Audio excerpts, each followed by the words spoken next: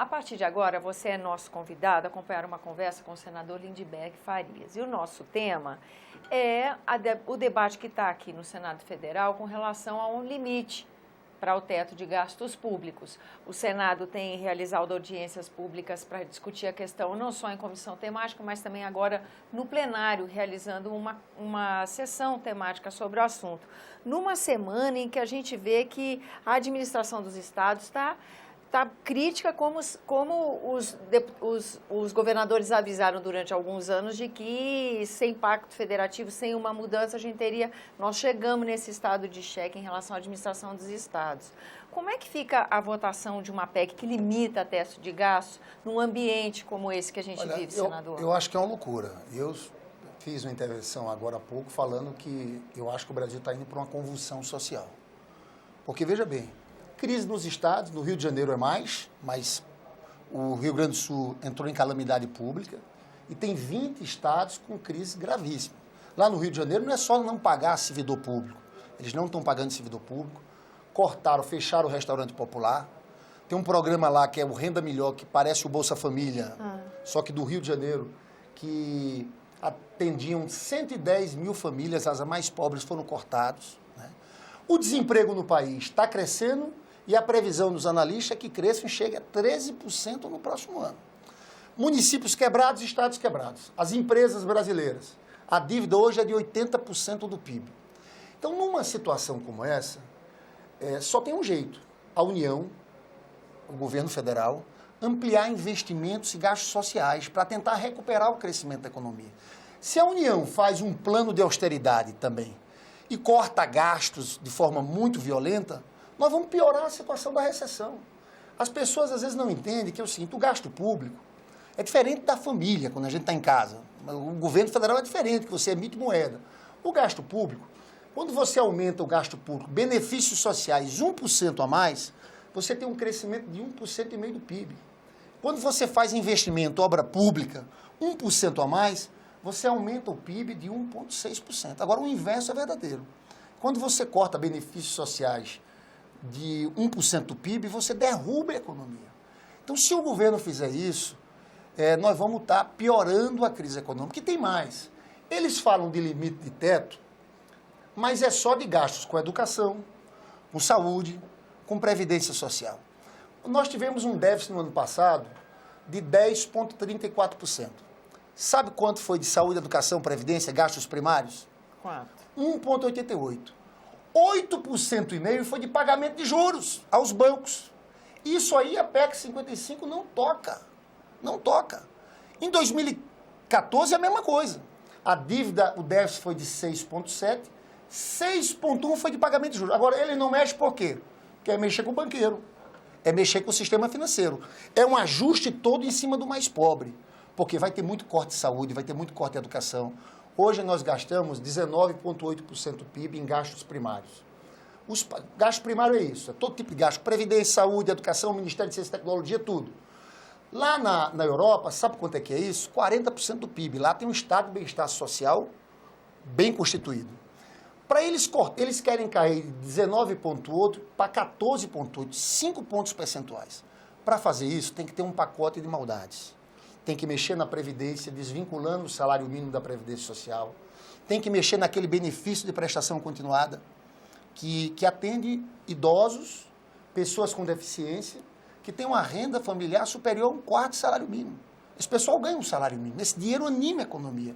E vai mexer muito em educação e saúde. Eles que dizem, quando dizem, não vai mexer em educação e saúde, eu digo, então por que na PEC eles acabam com o piso? Porque a Constituição tem o seguinte, a União tem que investir 18% em educação. Se eles dizem que não vão diminuir, por que estão tirando isso? É porque eles sabem que vai diminuir muito. Mas, espera aí, a gente viu agora mesmo nessa sessão de debate, a gente viu a explicação de que custo de educação, por exemplo, está na mão de estados e municípios, principalmente. E claro, que nós estamos falando de gastos da União. E que o gasto, assim, a gente tem entrevistado pessoas no argumento sobre o mesmo tema, então eu trago a informação para o senhor poder dar o contraponto, né? E que, por exemplo, gastos com educação e saúde vão aumentar tanto em 2017 quanto em 2018. Quem falou isso foi o relator da LDO. Não, é falso. Previsão. Então, e que o teto é dos gastos. Se quiser aumentar em educação e saúde, pode. O que não pode é manejar um dinheiro sem dizer de onde vem. É isso que a gente tem escutado aqui no Então, pois é isso que eu argumento. quero falar para você. Pois bem, você falou a verdade. Educação e saúde tem gastos de estados e de municípios. Mas o gasto do governo federal, tem um estudo feito pelo economista João Sixu que mostrava o seguinte: se essa PEC existisse desde 2006, há 10 anos atrás, o investimento federal, que foi de 103 bilhões em educação, seria de 31 bilhões.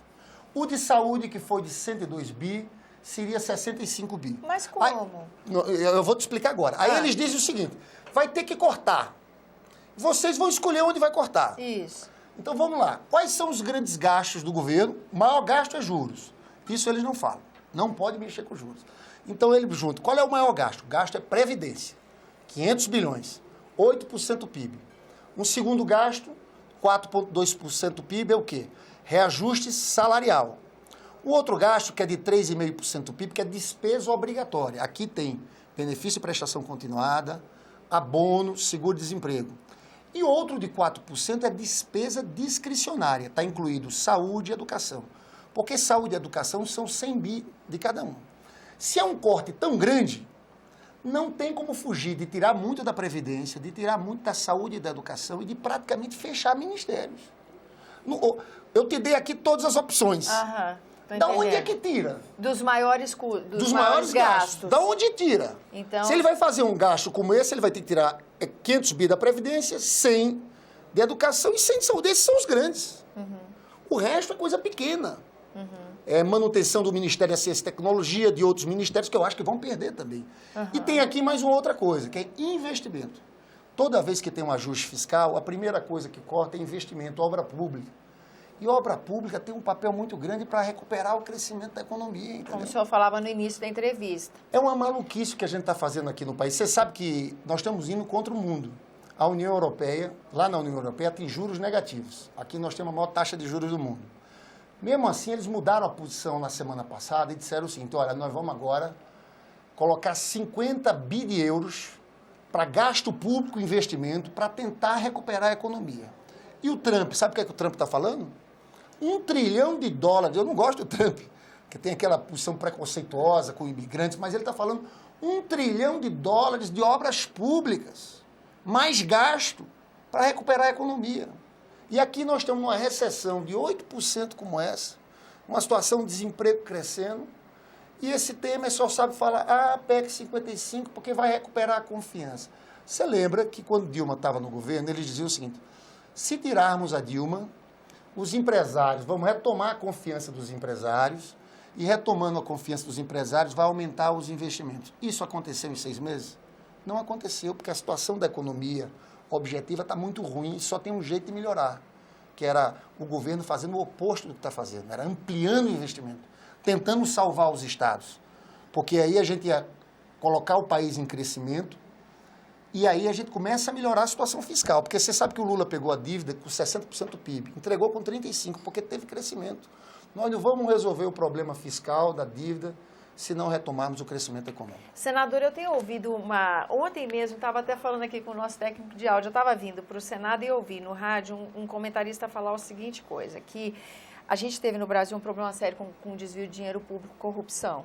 Mas maior do que esse prejuízo, a gente teve prejuízo por causa de gestão. É a gestão que estaria faltando agora? Porque como é que a União vai dar dinheiro para os outros entes federativos se ela mesma atesta que pegou as contas quebradas, que não tem dinheiro? Como é que fica isso? Essa tese é falsa. É falsa? Porque o governo é o seguinte, a dívida nossa não é tão alta quanto eles falam. Nós estamos com 42% da dívida líquida. Não é tão grande na média internacional.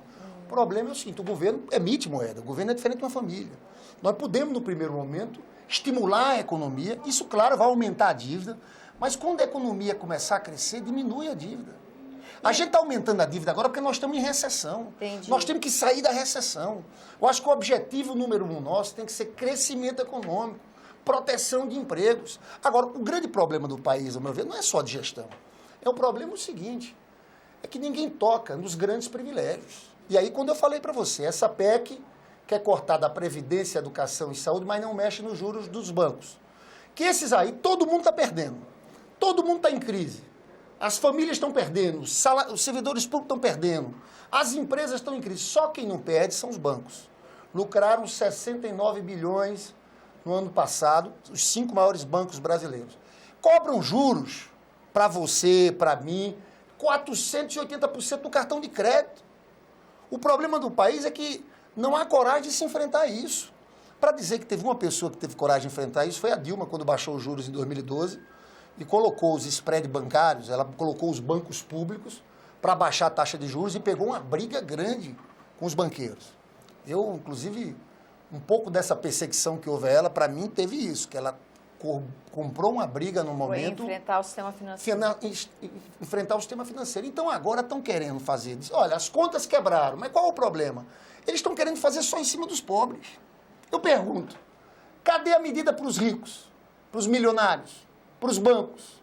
Porque eles podiam dizer, não, nós vamos fazer um ajuste aqui, mas a gente vai taxar as grandes fortunas, ou cobrar impostos de lucros e dividendos, mas nada. Não tem uma... Eu desafio alguém a apontar uma medida nesse esforço que o país está fazendo dos mais ricos. Não tem nada, literalmente nada. É um arroxo todo em cima dos mais pobres.